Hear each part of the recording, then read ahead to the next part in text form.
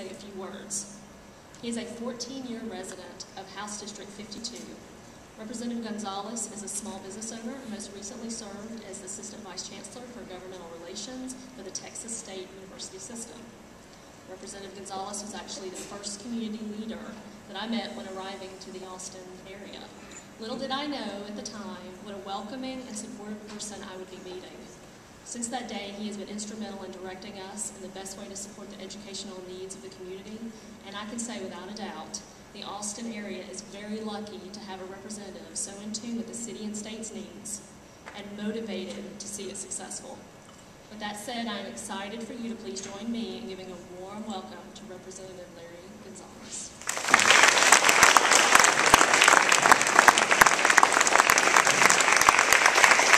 Thank you all very much. It's an exciting time for all of us, for the South University family, for those who have made the trip from Savannah to join us here in Texas as residents, and for the students, for our community. What a wonderful addition we have here. I want to tell you a little bit about me so you understand where I'm coming from when it comes to my passion for education, higher education. My grandfather in Pearland, Texas has a 3rd grade education. He married my grandmother who had a 5th grade education. And together they worked very hard to make certain that the rest of us had some opportunity. My father went to University of Texas at Austin, aerospace engineer. Worked at NASA for 43 years. He was the first one to go on to get a college degree. My uncles, my aunts, they all went to college as well. Multiple degrees, master's degrees. And the story there has to do with the opportunity that existed and then working hard to make your dreams exist, to make it happen. I think when you look at South University, they're coming here and they're joining what we have here in Central Texas as an opportunity. You open your doors to a group of people who are looking to go to school, get an education, get a job, and be a part of our community. When I look at my grandfather, who always knew that the key to our success, and when I say success, I mean a generational success, not just my father, but knowing that when my father went, he would model it for us, and knowing that when we went, we'd model it for our children. But education, when you affect the one, you affect the whole. And that's something we understand very well here. People look at us all the time and they say, you are so lucky to be in Central Texas.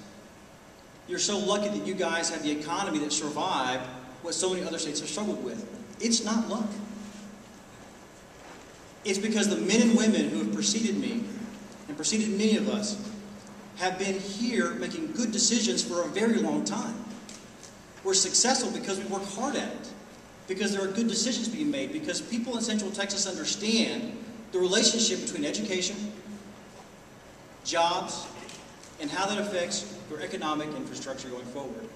It's an incredibly fascinating chain of events that starts when men and women get together and say, you know what, we're going to provide an opportunity for kids to succeed. It's what South University is doing here. They're opening their doors and making sure that a new generation of kids understand, I can do this. It allows them to begin to put their goals in motion. And when I'm sitting here and my kids watch me go back to school at age 37, I want my kids to know how much it means to me. I want them to know how much it means to their grandfather and their great-grandfather, who started this for us a very long time ago. You see, it took the one. It took my grandfather to realize what the opportunities were. You still got to work hard. When my father goes to school and his siblings go to school, what a success. But it's a success that affects so many people. But the commitment has to be made early. You know, when you look at why businesses come here and why we're successful here, is because businesses understand that there's a trained or trainable workforce in Central Texas. They know that when they come here, there will be people ready to work because they would have gotten the training they need to be a part of that economic engine. So it's fascinating to us that we've built this infrastructure, educational infrastructure of higher education, of public education, that succeeds so well that businesses say, we're going to Texas. Look at all the businesses who have come to Central Texas in the last couple, 3 years. If you ask every one of them, why are you here? Because this is where the people are. Because this is where the workforce is. That didn't just happen. The decisions were made a long time ago and are being made now to set up the process so people can come here and be successful. At the end of the day, when you have an education and you get a job, a good paying job, you make some money, you spend some money, you buy a few things, sales tax is always good for the state, and the cycle runs. And the cycle runs. So what I tell people is it's not an accident, and we're not lucky. We're smart. This area's been very smart. I look at the gentleman who preceded me. Curtis knows the gentleman there in Round Rock, Texas, in this area, who have been so involved with our community for the last 40, 50, 60 years. And they've created this bed of opportunity.